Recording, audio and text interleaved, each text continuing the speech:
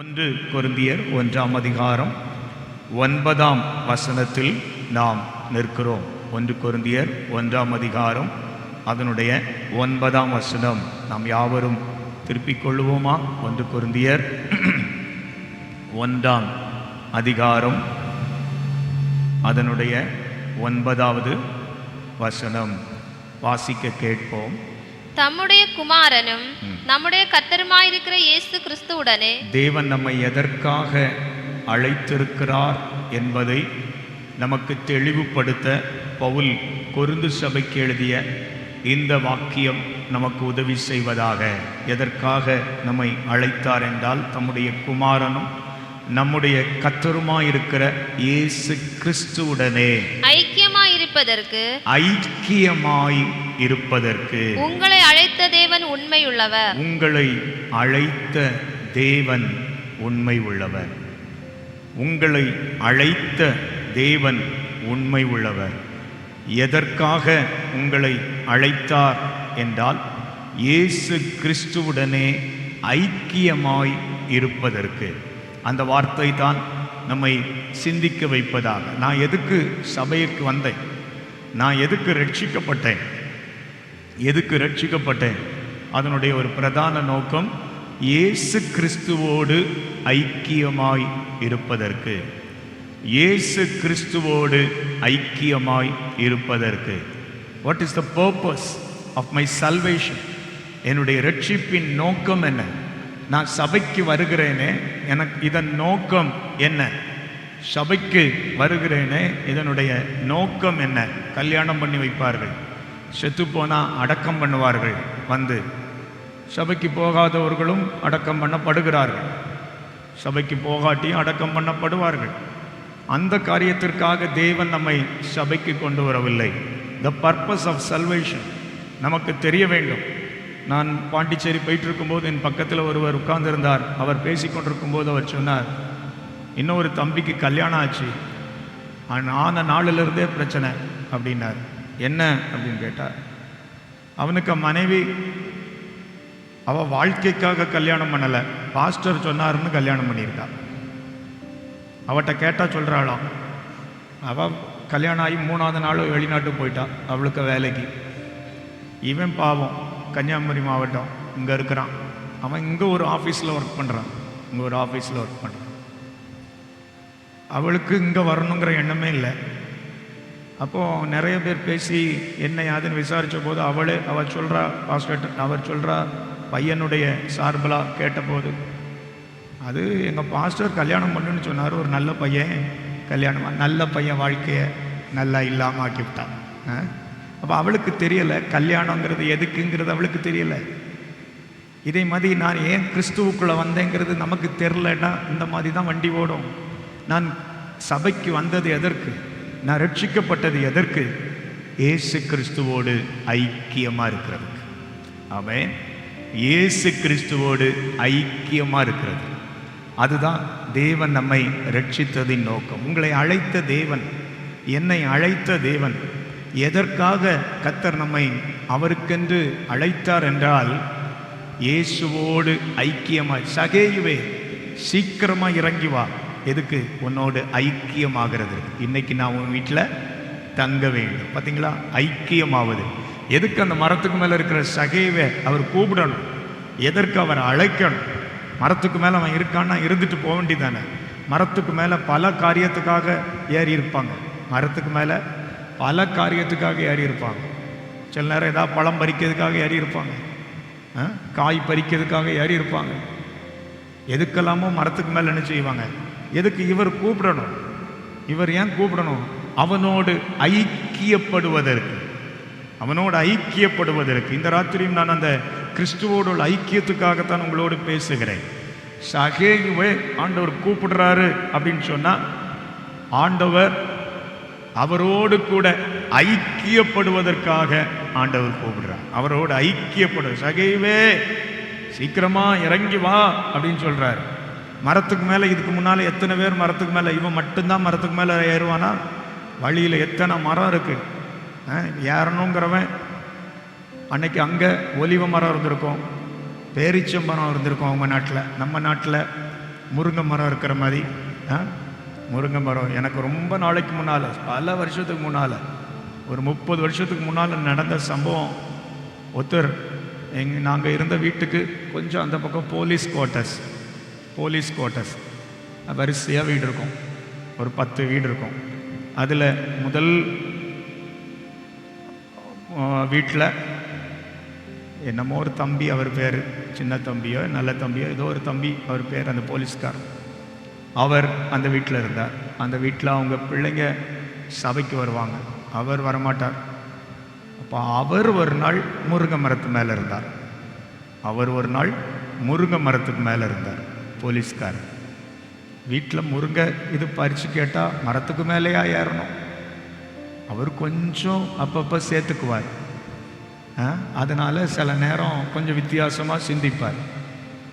அருவா எடுத்துட்டு முருங்கை மரத்துக்கு மேலே ஏறினார். ஒரு கிளையில் உட்கார்ந்தார். 2-3 பெண்கள் அந்த பக்கம் போனாங்க. இவர் ஈஹினார், சொல்லிக்கிட்டு இருக்க கொப்பையே வெட்டினார். அந்த 2 பெண்களும் ஒரே ஓட்டம் ஓடிட்டாங்க. இதுக்கு மேலே நம்ம இந்த பக்கம் நிற்கவே கூடாது. அவர் இறங்கி அவரை தூக்கி வீட்டில் அதுக்கப்புறம் காலில் தொட்டில் போட்டு தொங்க விட்டுருந்து காலை. அவரும் மரத்துக்கு மேலே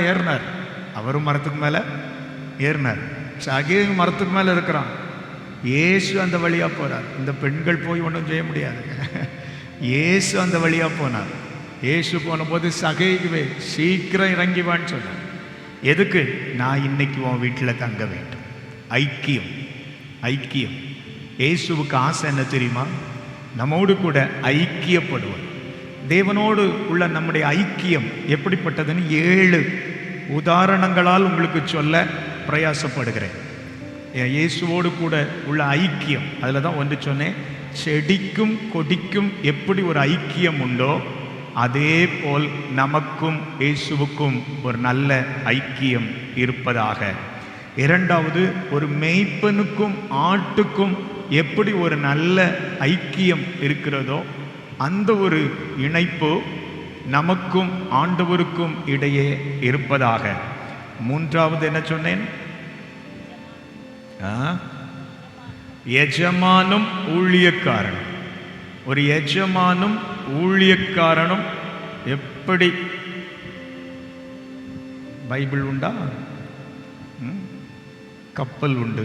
வீட்டுக்கு போகும்போது ரொம்ப பெரிய மழை வந்துன்னா குடும்பமாக போயிடலாம். சரி, பரவாயில்ல, கொஞ்சம் கேட்டுக்கோ.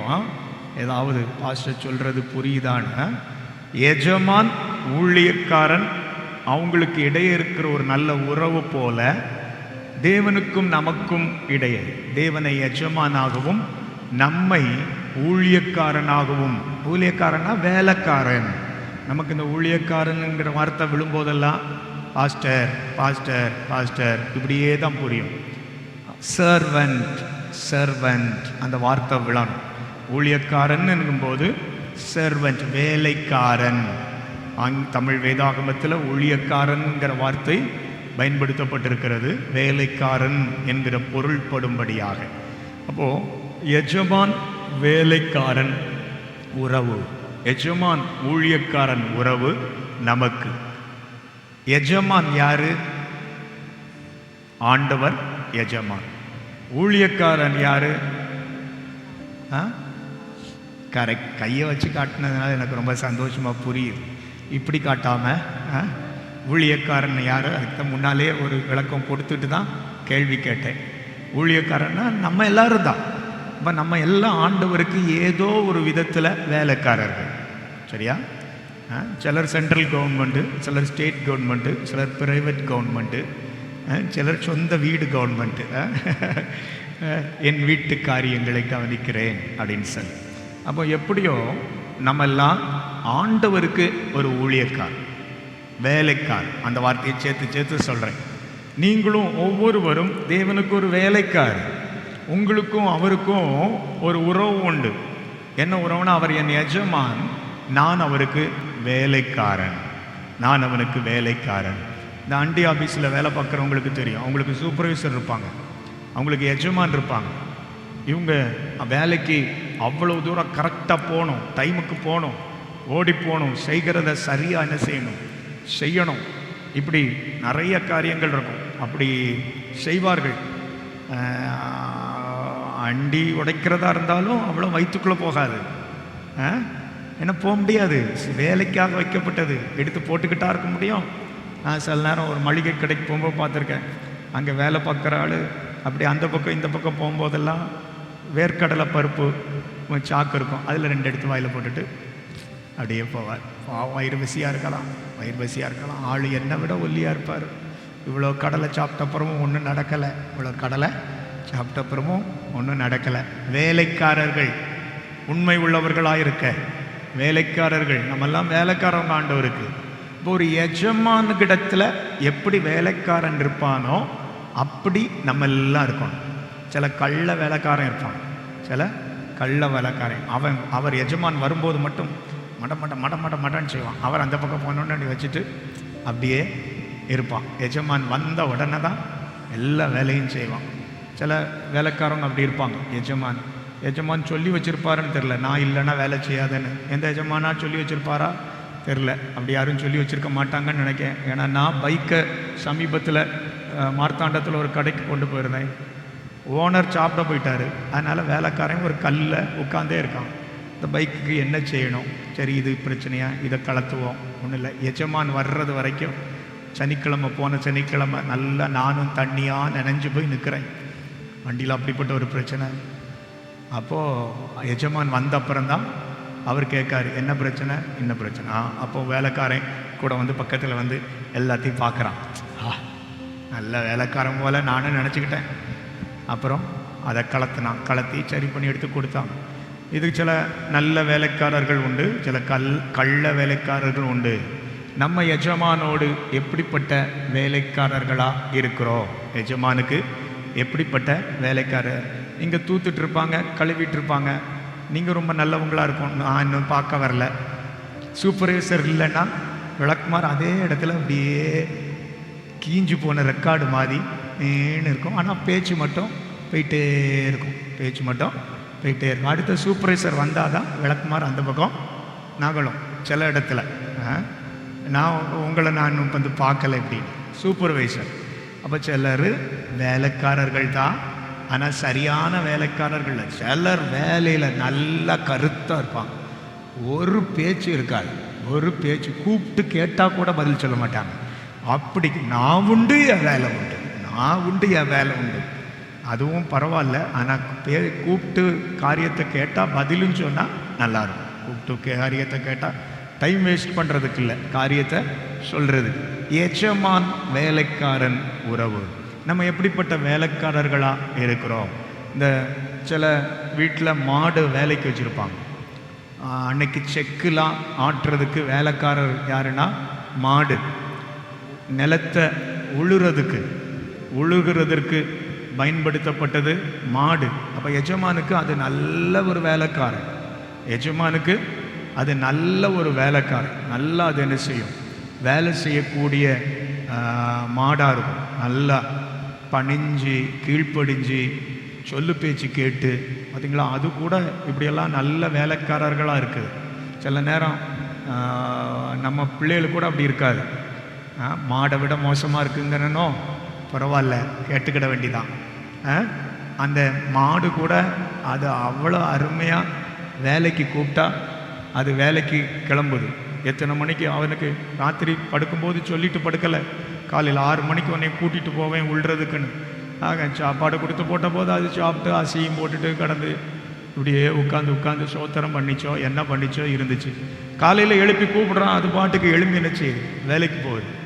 அப்படிப்பட்ட பைபிளில் ஏசாயா தீர்க்கதரிசி சொல்லுகிறார் 1ஆம் அதிகாரத்தில், மாடு தன் எஜமானை அறிந்திருக்கிறது என்று ஒரு வார்த்தை சொல்லுவார். ஏசாயா தீர்க்கதரிசன புத்தகம் அதனுடைய 1ஆம் அதிகாரத்தில் ஒரு வார்த்தை உண்டு.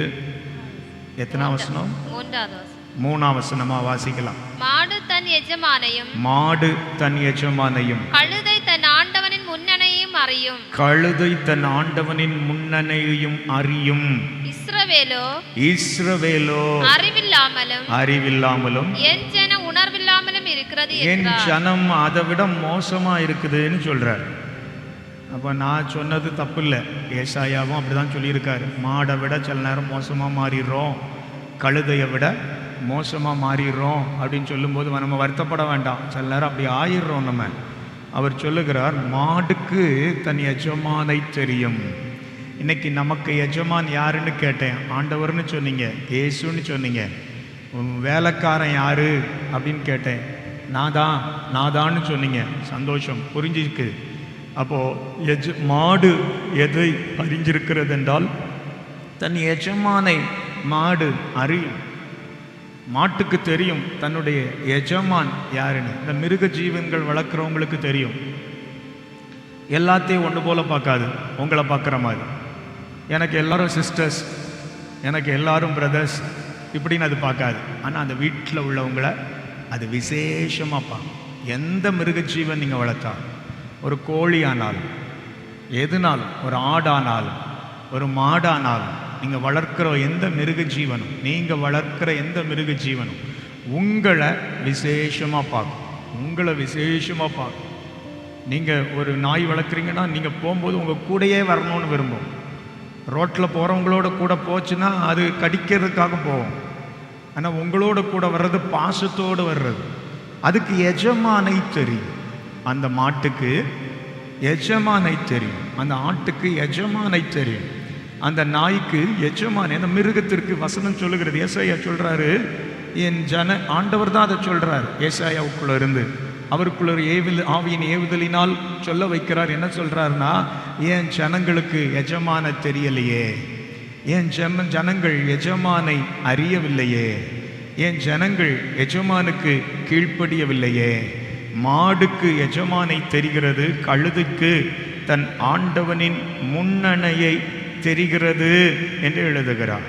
ஆடுக்கும் மாட்டுக்கும் கழுதைக்கும் தெரிகிறது. சில நேரம் நமக்கு தெரியலன்னா வருத்தத்துக்குரியது. அதை விட அறிவாளிகள் என்று நம்மை சொல்லிக் கொள்ளுகிறோம். மிருக ஜீவன்களை விட அறிவாளிகள் தான். ஆனால் அதுக்கு இருக்கிற அறிவு நமக்கு இல்லையே. அதுக்கு இருக்கிற அறிவு போக அதிகமான அறிவு நமக்கு தந்திருக்கிறார் ஆண்டவர். அப்படி என்றால் அதுக்கு தெரிகிற, சில நேரம் ஆண்டவர் மிருக ஜீவன்களை, எறும்பினிடத்தில் போய் கற்றுக்கொள், ஆகாயத்து பறவைகளை கவனித்து பார், அதுக்கு இருக்கிற சில அறிவுகளை நமக்கு எடுத்து கூறுகிறார். அப்போ அதை பார்க்கும்போது நமக்கு உணர்வு வரணும். எறும்பினிடத்தில் போச்சுனார்னா சுறுசுறுப்பாக இரு என்கிறதை சொல்லுகிறதற்கு. அது எவ்வளவு சுறுசுறுப்பாக இருக்குது. நீயும் சுறுசுறுப்புள்ளவனாயிரு. கோடை காலத்திற்காக சேர்த்து கொள்ளுகிறது, மழை காலத்திற்காக அது சேர்த்து கொள்ளுகிறது, தனக்கு கிடைக்காத காலத்திற்காக சேர்த்து கொள்ளுகிறது. அந்த பழக்கம் கூட சில நேரம் நம்மகிட்ட இருக்க மாட்டேங்குது. எந்த பழக்கம்? எறும்புக்கு இருக்கிற சேமிப்பு பழக்கம் கூட நமக்கு இருக்க மாட்டேங்குது. எங்கள் பாஸ்டர் சாப்பிட்றதுக்கே வழி இல்லை, அப்படிப்பட்ட நேரத்தில் சேமிக்க சொன்னீங்கன்னா எப்படி அப்படின்னு. அவ்வளவு ரொம்ப கஷ்டமானு எனக்கு தெரில. சில நேரத்தில் சில கஷ்டங்கள் இருக்கும், இன்னொரு நேரத்தில் கொஞ்சம் கூடுதல் இருக்கும். அப்போ கூடுதல் இருக்க நேரம் பிரியாணியும் கொஞ்சம் குறைச்சி இருக்கும்போது கஞ்சும் குடித்ததுனால சரியாயிரும்னு சொல்லலை. அப்படின்னா எல்லாத்தையும் செலவு பண்ணியாச்சுன்னு அர்த்தம். எல்லாத்தையும் வர வர எல்லாத்தையும் செலவு பண்ணியாச்சு. சிலர் அப்படி செய்வார்கள், கற்றுக்கொள்வதில்லை. ஆண்டவர் சொல்கிறார், அதுக்கு இருக்கிற சில அறிவு கூட உங்களுக்கு இல்லையே அப்படின்னு சொல்லி. அதுக்கு இருக்கிற சேமித்து வைக்கிற, அப்போது அதுக்கு எறும்பிடத்துல சேமித்து வைக்கிற பழக்கம். மாடிடத்தில் எஜமானை அறியுமாம். கழுதை தன் ஆண்டவனின் முன்னணை. தன் ஆண்டவன்னா அவருடைய மாஸ்டர். பாஸ்டர் இல்லை, மாஸ்டர். அந்த கழுதைக்கு மாஸ்டர் யாருன்னா அந்த கழுதையை வளர்க்குறவர். கழுதைக்கு மாஸ்டர். ஆண்டவன் சொன்னால் என்ன அர்த்தம்னா கடவுள்.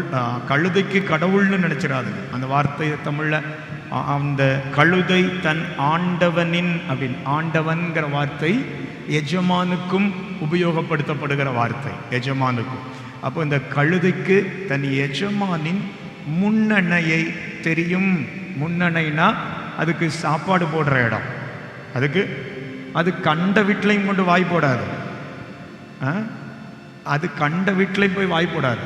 பாத்திரத்தில் அங்கே இருக்குன்னு உடனே போய் ஏன் எஜமான் எனக்கு ஒரு பாத்திரத்தில் வைப்பார். என் எஜமான் எனக்கு ஒரு பாத்திரத்தில். சில வீட்டில் உள்ள நாய் நல்லா வளர்க்கப்பட்டிருக்கும், சில வீட்டில் உள்ள பூனை நல்லா வளர்ந்துருக்கும். எப்படின்னா சட்டியில் மீன் இருக்கும், ஆனால் அதுக்கு தனக்கு தட்டில் வச்சாதான் அது சாப்பிடும். ஆமாம், அப்படிப்பட்ட நல்ல நாயெல்லாம் இருக்குது, பூனைலாம் இருக்குது. அதுக்கு தட்டில் அதுக்கு வச்சதை அது என்ன செய்யும்? சாப்பிடும். அப்படிப்பட்ட நல்ல பழக்கமுள்ள கழுதை தன் எஜமானின் முன்னணைனா ஆகாரம் போடுற இடம், வைக்கோல் போடுற இடம், புல்லு போடுற இடம், அதுக்கு சாப்பாடு போடுற இடம். இந்த இயேசு பிறந்தார் பார்த்தீங்களா, சத்திரத்திலே இடமில்லாதபடினால் பிள்ளையை துணிகளில் சுற்றி எங்கே கடத்திருக்க காண்பீர்கள்? முன்னணைன்னு போட்டிருக்கோம். முன்னணைனா என்ன அர்த்தம்னா அந்த சாப்பாடு வைக்கிற இடம், அந்த புல்லுலாம் வைக்கிறதுக்கு சில இடத்த மறைச்சி வச்சுருப்பாங்க. அந்த இடத்துல தான் அவரை சுற்றி வைத்திருந்ததாம். தூதன் வந்து சொல்லும்போது அப்படி தான் சொன்னான், எங்கள் பிள்ளையை சுற்றி முன்னணையில் கிடைத்திருக்க காண்பீர்கள், இதுவே உங்களுக்கு அடையாளம். அப்போ முன்னணையை தெரியும், முன்னணையை கழுதைக்கு தெரியும். இன்னைக்கு நம்மெல்லாம் ஆண்டவருக்கு வேலை செய்கிற ஒரு வேலைக்காரங்க, ஆண்டவருக்கு வேலை செய்கிற உறவு உண்டா ஆண்டவற்ற எஜமான்? அவருக்கு நமக்கு சம்பந்தமே கிடையாது, அவருக்கு நமக்கும் சம்பந்தமே கிடையாது அப்படின்னு சொன்னால் அது எப்படி? இல்லை, தேவனோடு நமக்கு ஒரு ஐக்கியம் உண்டு, அவர் தான் நமக்கு எஜமான். நான் பாகோட்டுக்கு வந்திருக்கிறேன், எனக்கு சம்பளம் கொடுக்கறது இந்த டென்னிஸ் அவர் இல்லை. டென்னிஸ்னா யாரு? செங்கச்சூளை வச்சிருக்கிறவர் அவர் தானே, அவர் பேர் தானே டென்னிஸு. ஆமாம், அவங்க நிறைய பேருக்கு அவர் வேலை கொடுத்துருக்காரு. பாகோட்டில் வந்திருக்கிற எனக்கு, நான் அவர்கிட்ட வேலை பார்க்கல, எஜமானனேன்னு நான் அவரை சொல்கிறது இல்லை. பிரைஸ்லாட் சொல்லிக்கலாம், ஸ்தோத்திரம் பண்ணிக்கலாம், எல்லாம் சொல்லிக்கலாம். ஆனால் எனக்கு அவர் எஜமான் இல்லை. அப்போ நான் அவருக்கு கணக்கு கொடுக்க வேண்டியதில்லை, நான் அவர்கிட்ட போய் நிற்க வேண்டியதில்லை, கையை பார்த்துட்டு இருக்க வேண்டியதில்லை. வேலைக்காரரின் கண்கள் தங்கள் எஜமானின் கையை, நமக்கு எஜமான் யாரு? கர்த்தர். ஹல்லேலூயா. அந்த எஜமானை நோக்கி கொண்டிருக்கிறோம், அவரை பார்த்து கொண்டிருக்கிறோம். அப்போ கழுதைக்கு தெரிகிறது, நமக்கு தெரியணும்.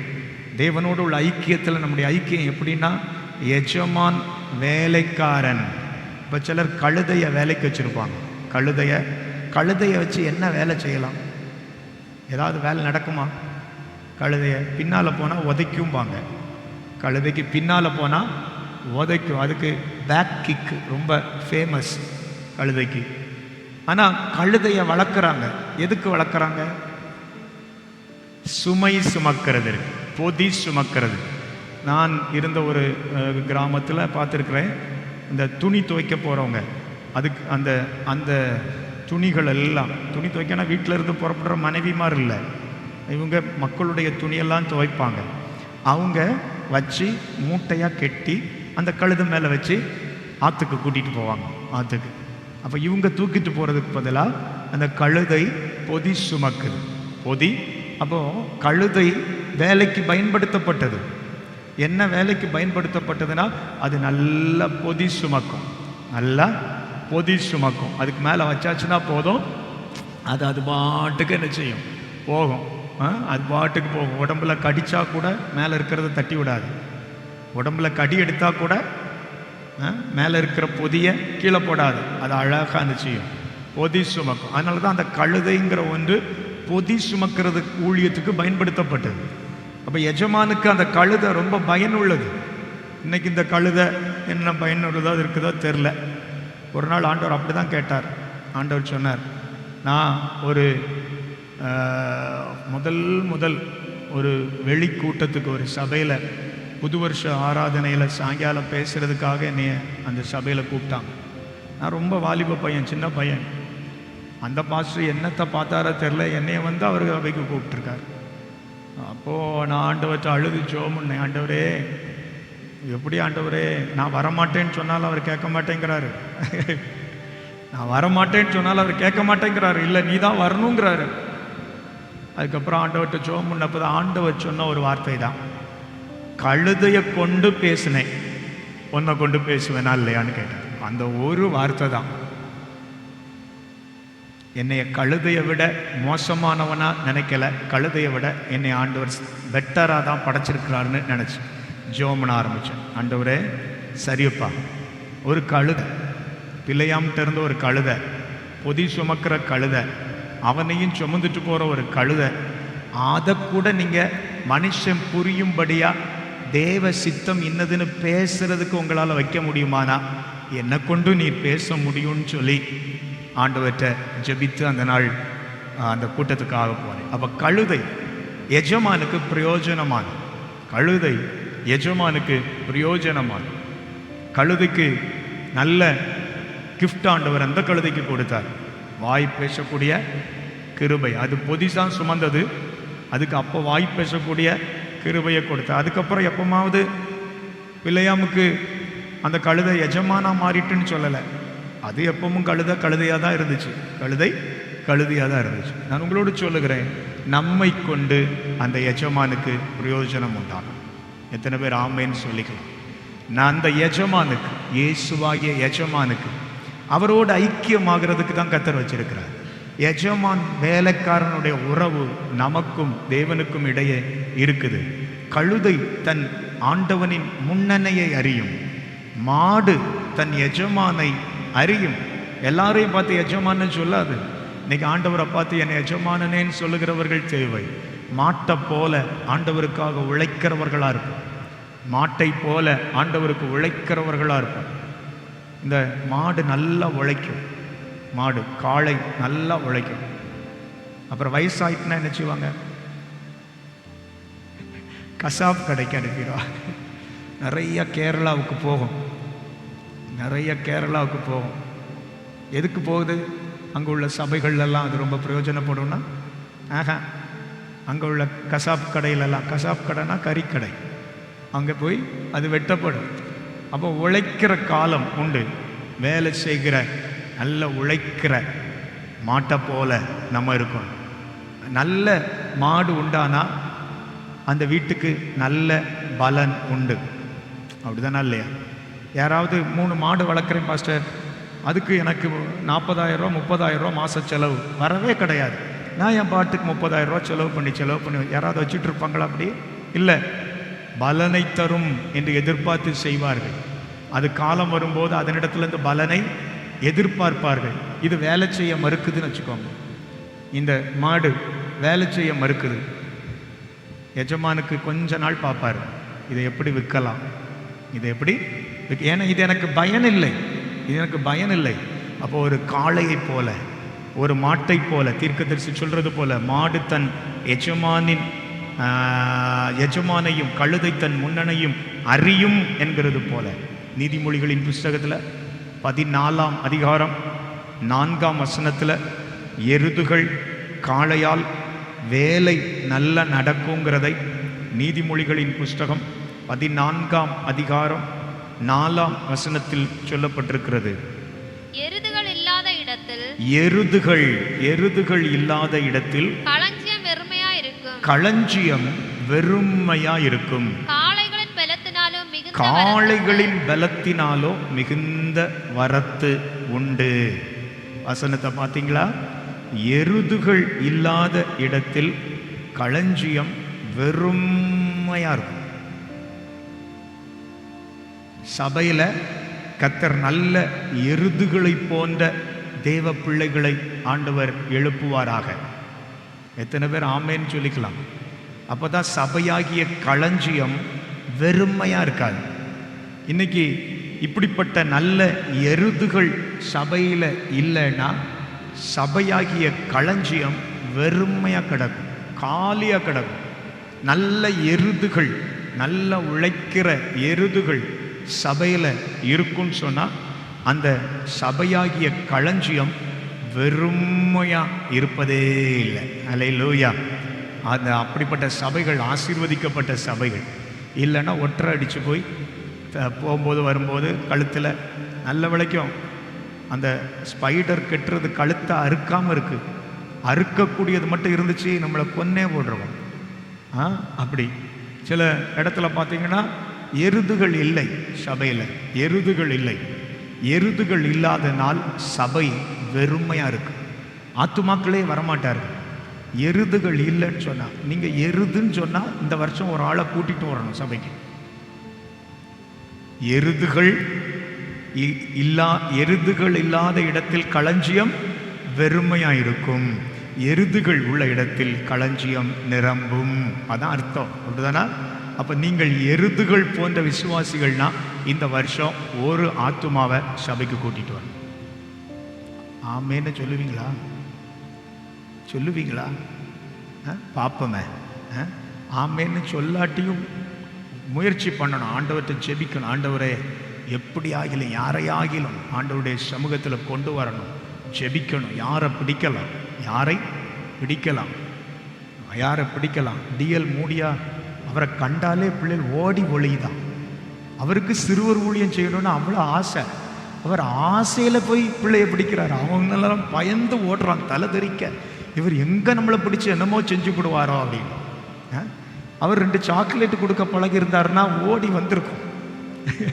அவருக்கு யார் உதவி செய்கிறது?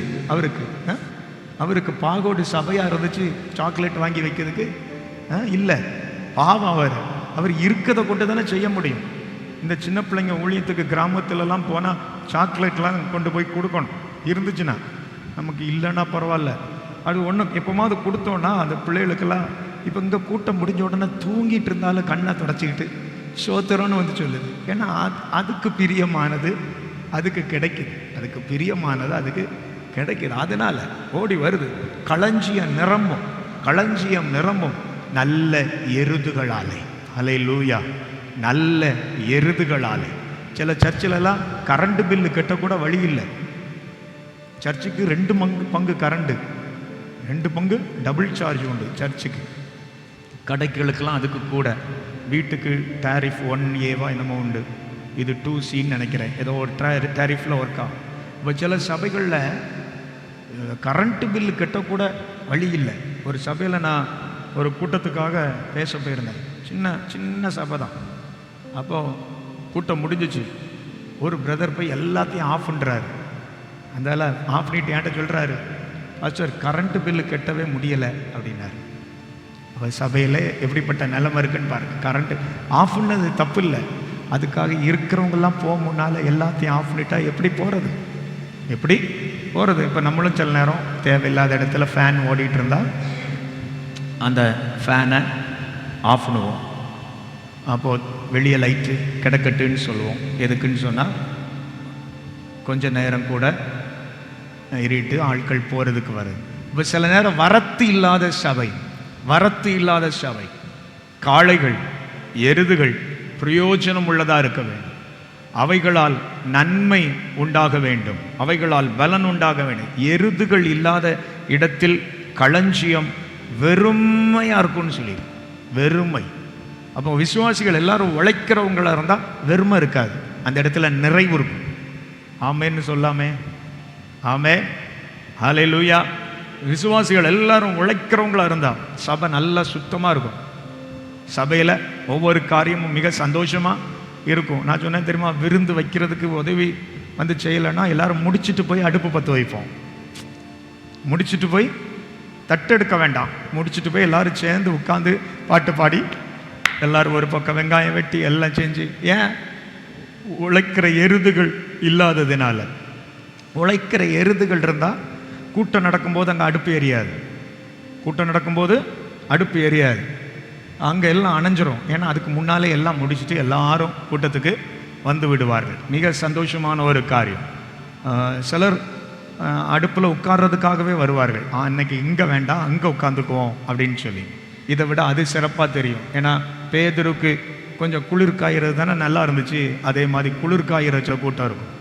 எருதுகள் இல்லாத இடத்தில் களஞ்சியம் வெறுமையாக இருக்கும். நம்மை கொண்டு நல்ல வேலை கர்த்தருக்காக நடப்பதாக.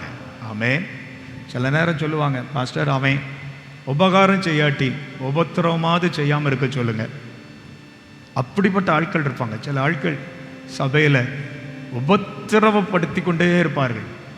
அப்போ நினைக்க வேண்டிய, இவங்க உபகாரம் செய்யாட்டியும் உபத்திரவம் செய்யாமலாவது இருக்கட்டுமே அப்படின்னு. நம்ம அப்படிப்பட்ட ஆட்களாக இருக்கக்கூடாது. நல்ல எருதுகள் என்ன செய்யும்னா களஞ்சியத்தை நிரப்பும். கர்த்தருடைய சபையை நிரப்பும். ஆத்துமாக்களை கொண்டு நிரப்பும். பிரயாசப்படணும். ஆண்டவரே, இப்போ இடம் வேற வாங்கியிருக்கோம், வேணா அந்த பக்கம் பெருசாக்கணும், ஆக்கலாம். எப்போ ஆக்கணும்னா உங்கள் உட்கார முடியலை அப்படின்னு சொல்லும்போது தான் ஆக்க முடியும், இல்லைன்னா ஆக்க முடியாது. சும்மா நமக்கு ரூபா இருக்குது பாஸ்டர் உடைப்போம், ரூபா இருக்கிறதுனால உடைச்சது சபை விரிவாக்கா இல்லை.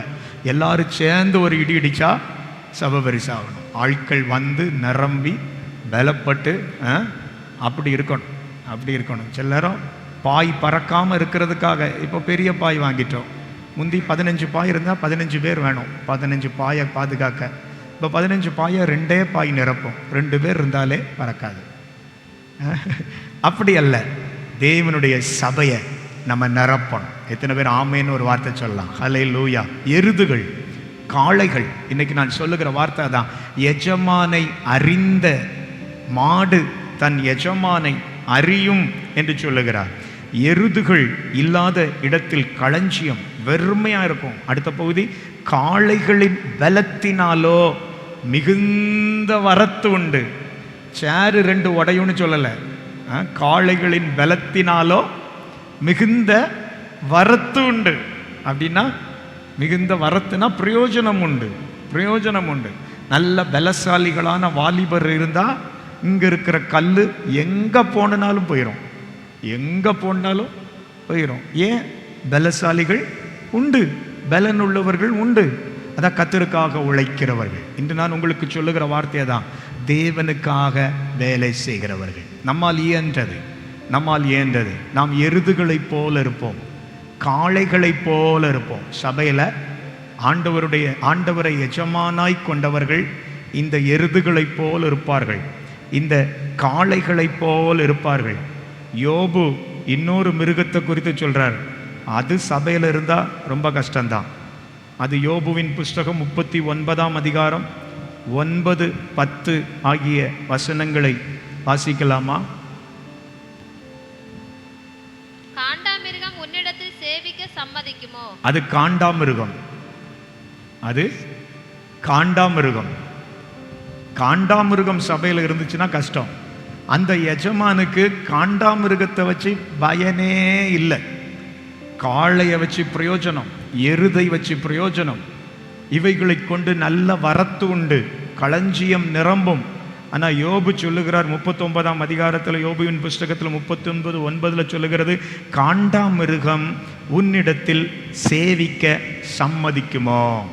அப்படின்னா உன்கிட்ட வேலை செய்ய ஒத்துக்குமா? சில ஆட்கள் வேலை செய்ய சொன்னால் ஒத்துக்கவே மாட்டார்கள், தெரியுமா? முடியாத வேலையை சொன்னால் கஷ்டம்.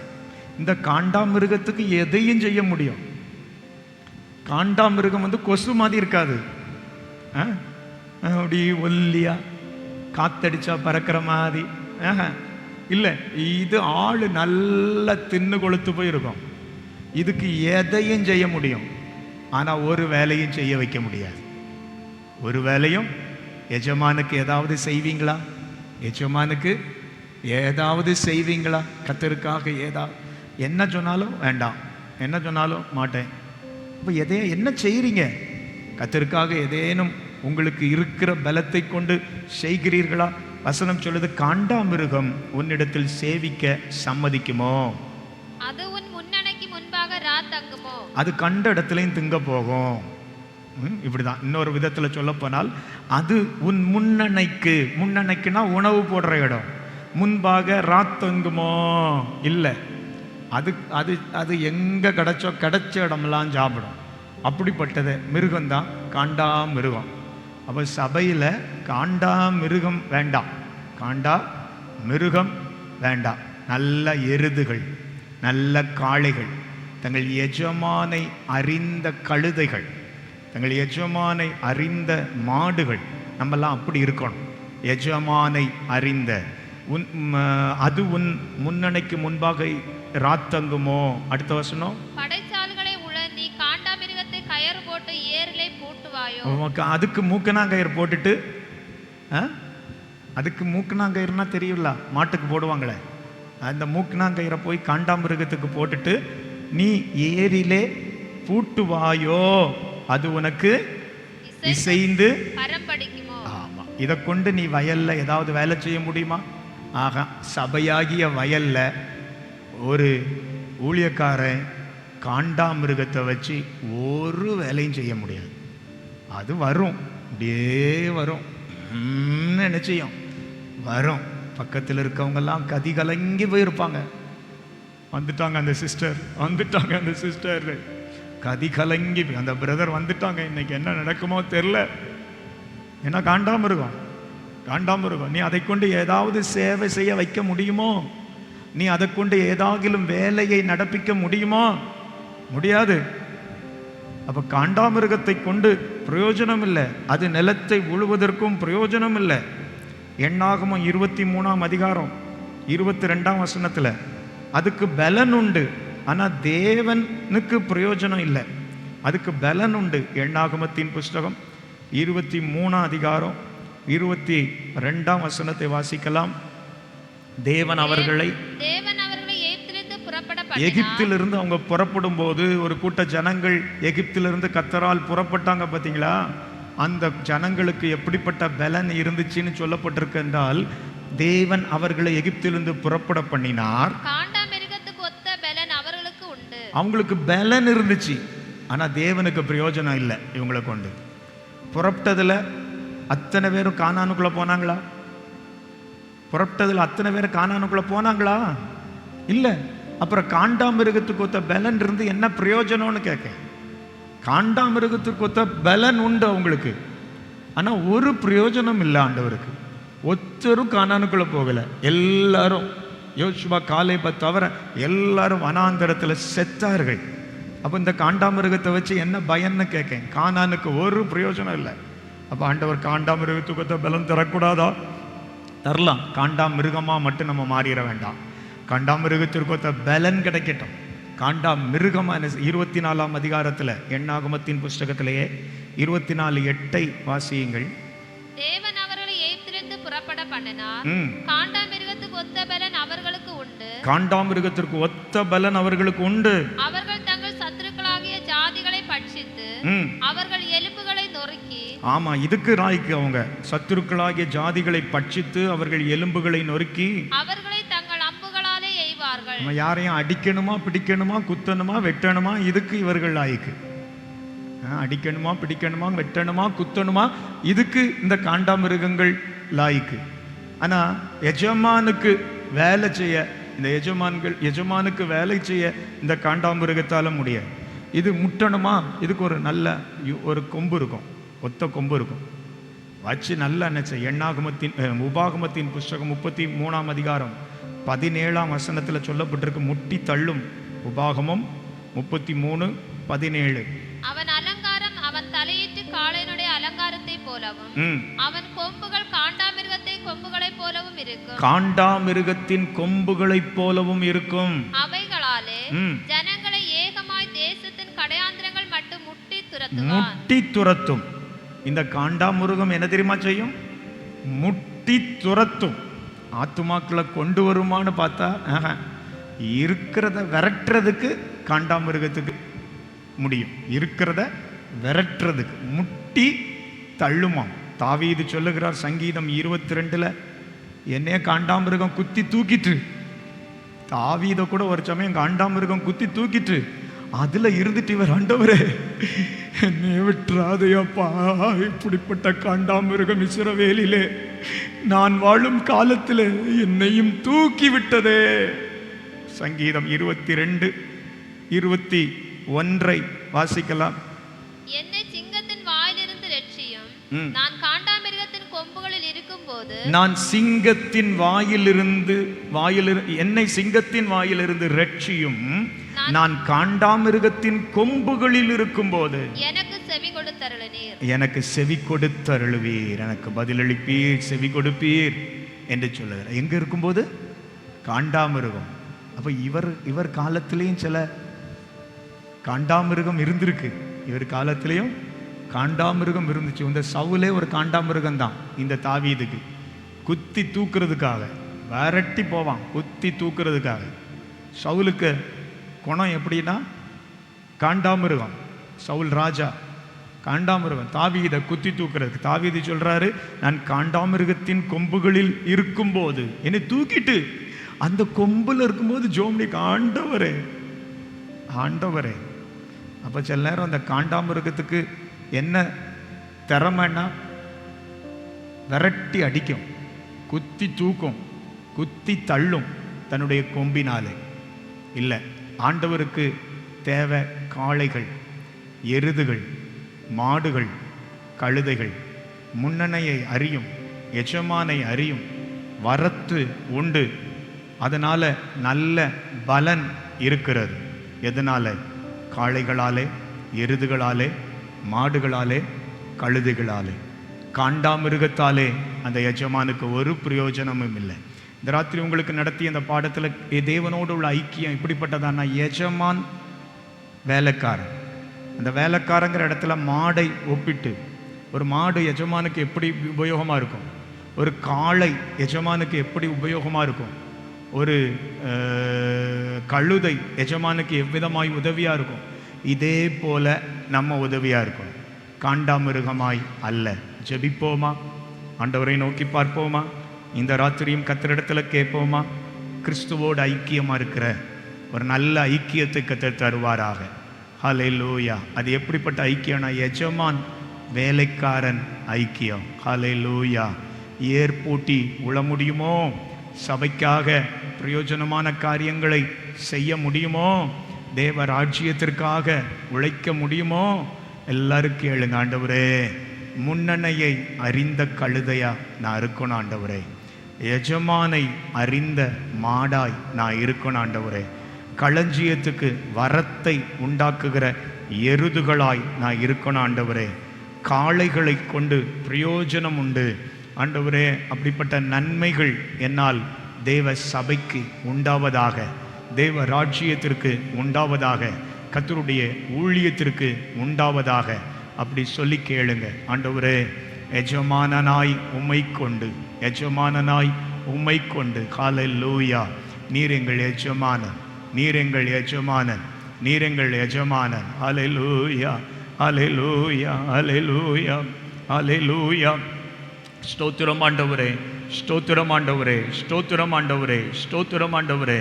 ஹல்லேலூயா. ஸ்தோத்திரம், ஸ்தோத்திரம், ஸ்தோத்திரம், ஸ்தோத்திரம், ஸ்தோத்திரம், ஸ்தோத்திரம் ஆண்டவரே. கிருபை தாரும் அப்பா, கிருபை தாரும். ஆண்டவர்கிட்ட கேட்கலாம். ஆண்டவரே, கிருபை தாரும் ஆண்டவரே, கிருபை தாரும் ஆண்டவரே, கிருபை தாரும் ஆண்டவரே. ஹல்லேலூயா, ஹல்லேலூயா. ஆமென் ஆண்டவரே. உமக்கு ஸ்தோத்திரப்பா, ஸ்தோத்திரப்பா, ஸ்தோத்திரம் ஆண்டவரே, ஸ்தோத்திரம் ஆண்டவரே, ஸ்தோத்திரம் ஆண்டவரே. நான் ஒரு கழுதை, நீரோ என் தேவன், நான் உமதடிமை என்றோ. நான் ஒரு கழுதை, நீரோ என் தேவன், நான் உமதடிமை என்றோ. வழி நடத்தும் என் அருமை நாதரே, வாழ்வெல்லாம் வாழ்த்திடுவே. வழி நடத்தும் என் அருமை நாதரே, வாழ்வெல்லாம் வாழ்த்திடுவே. எங்கள் பரலோகத்தின் நல்ல பிதாவே, உமக்கு நன்றி சொல்லுகிறோம். முன்னணையை அறிந்த கழுதையாக, எஜமானை அறிந்த மாடாக, ஆண்டவரே, களஞ்சியங்களுக்கு வரவை உண்டாக்குகிற எருதுகளாக, காளைகளாக நாங்கள் இருக்க ஆண்டவர் கிருபை தாரும். உடைய நாமத்தை கர்த்தர் மகிமைப்படுத்த செபிக்கிறோம் ஆண்டவரே. நாளை தினம் முதல் ஞாயிற்றுக்கிழமை வரை நடைபெறுகிற மாத்தூர் கன்வென்ஷன் சபையிலிருந்து அங்கே போய் குழுவினராக பாடி தேவனை ஆராதிக்கிற ஊழியங்களை நிறைவேற்றவும் ஆண்டவர் கிருபை கொடுப்பீராக என்று செபிக்கிறோம். உம்முடைய நல்ல கரத்தில் எங்களை தாழ்த்தி தருகிறோம். இயேசுவின் மூலம் செபிக்கிறோம் எங்கள் நல்ல பிதாவே.